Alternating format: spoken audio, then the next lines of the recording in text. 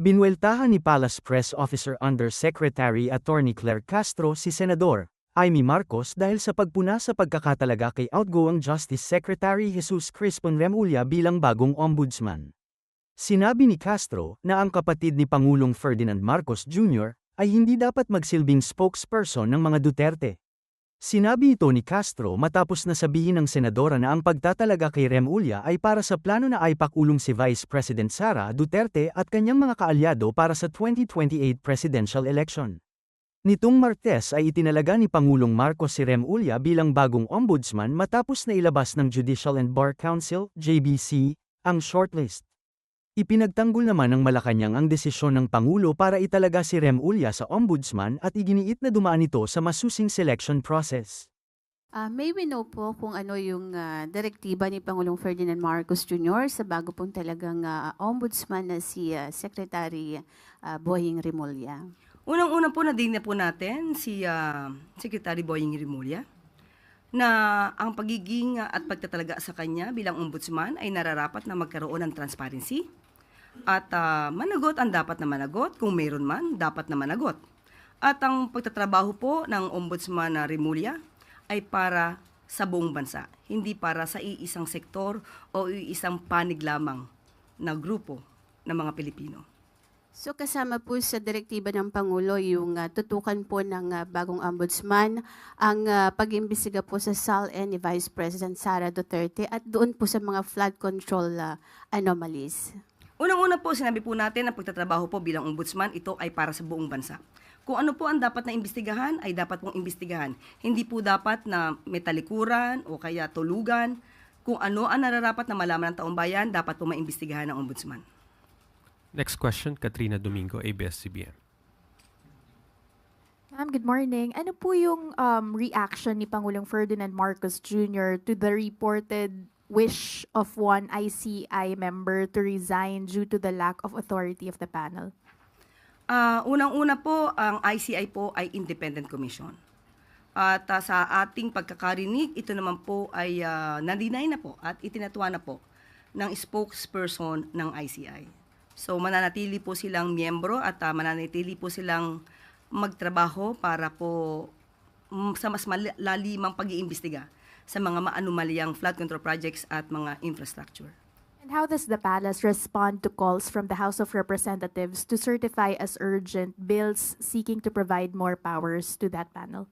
Unang-una po, dapat po siguro makita muna ang pinakadetalye para po mapag-aralan to at kung kinakailangan po mag-issue po ng certificate for urgency, yan po ay gagawin ng Pangulo kung patapos po niya mabasa kung ano man po ang gagawing bill. Next question, Christian Yusores, DZMM Teleradyo. Good morning, Yusek. How true are the reports circulating online that you are being eyed to replace Secretary Boying Remulla as the Secretary of the DOJ? Did the President reach out to you and discuss the possibility? Unang-una po, hindi po natin alam kung saan nagsimula yan.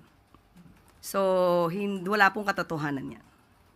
But will you accept, ma'am, the position if the President offered it to you? Hypothetical question. I cannot answer. Next question, Ivan Mayrina, GMA News. Yusek, good morning. Pinakahuli lamang po sa mga nanawagan na buksan ang mga ICI proceedings sa Iglesia ni Cristo.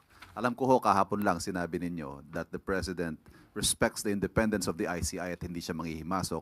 But surely that doesn't prevent him from recommending or at least taking a stand for transparency dahil ang panawagan po sa kanya ay pangunahan ang transparency and ultimately the credibility of the ICI that he himself built or created. Tama po. Ang Pangulo po sa lahat ng mga pagkakataon gusto may transparency. Sa lahat ng pag-iimbestiga, dapat may transparency, walang tinatago. Pero kung paano po ito gagawin ng ICI, kung paano po ito maisa sa publiko, kung paano po sila magiging transparent at hanggang saan, nasa ICI na po yan. But still, ang Pangulo po ay sinusulong din po ang transparency sa lahat ng pag-iimbestiga. Salamat. Next question, Ann Soberano, Bombo Radyo. Good morning, Yusek. Kahapon po privilege speech si Akbayan Party List Representative Chel Jokno. Hingi lang po ako reaction from the palace. Binatikos kasi ng Akbayan Party List ang paglobo po ngayon ng unprogrammed funds na nasa 250 billion po for 2026 national budget. Hindi po daw ito contingency fund, kundi malalaki, planado at regular na programa. Kaya nanawagan sila gawing zero ang unprogrammed appropriations sa 2026 budget.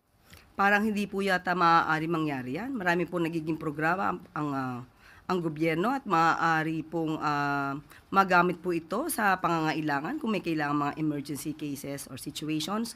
But tandaan po natin, hindi naman po ito nagagas na basta-basta. Katulad na sinabi natin kahapon, kahit po ito ay nasa UA or unprogrammed appropriation, ang ibig mo sabihin nito ay hindi po ito agad-agad makukuha kung wala pong sapat na dokumento.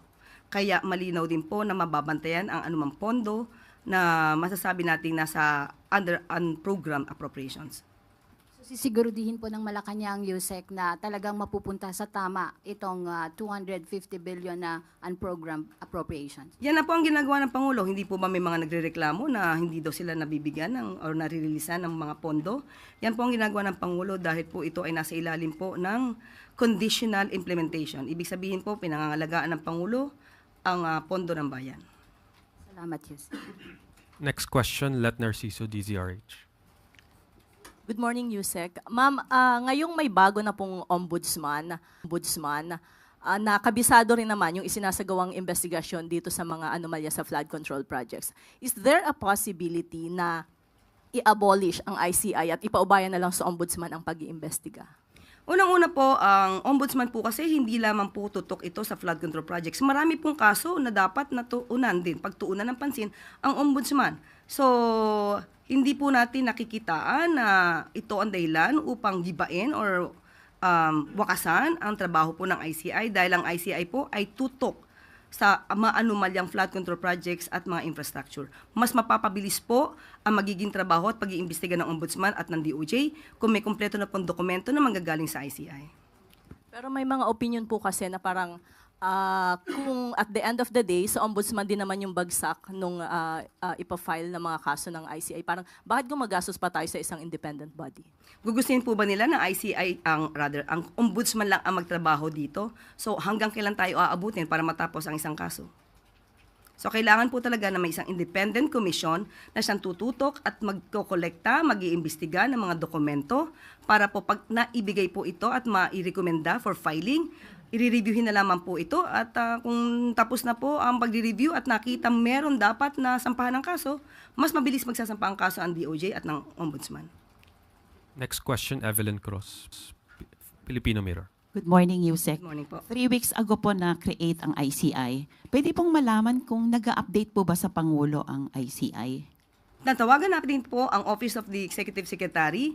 Wala pong ganoon dahil po independent commission po ito. At ang report po na yan ay nasa kamay po ng ICI at kung ano man ang magiging rekomendasyon nila, sa kanila po manggagalit at hindi po hihingi ng basbas ng Pangulo. Thank you po. Follow-up question from Ana Felicia Bajo, GMA News Online.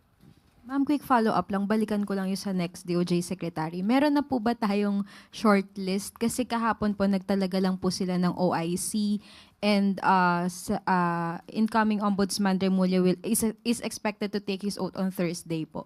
Sa ngayon, wala pa po sa atin na ibibigay na anumang detalye patungkol po dyan. Pero once na nabigay po sa atin, sa inyo ko po unang sasabihin. Thank you, ma'am.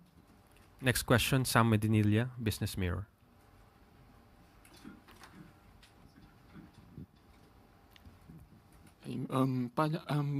For Yusek Castro, parehas reaction lang po regarding po dun sa recent inflation figures na nag-slow down raw po compared sa last year.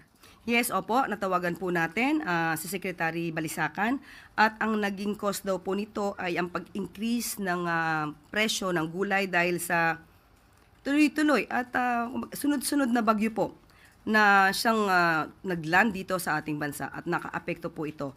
Pero according to Secretary Go and Secretary Balisacan, ito pong 1.7% ay hindi po ito nakakapagpagabag sa gobyerno dahil ang pinaka-projected bond ay 2 to 4% this year.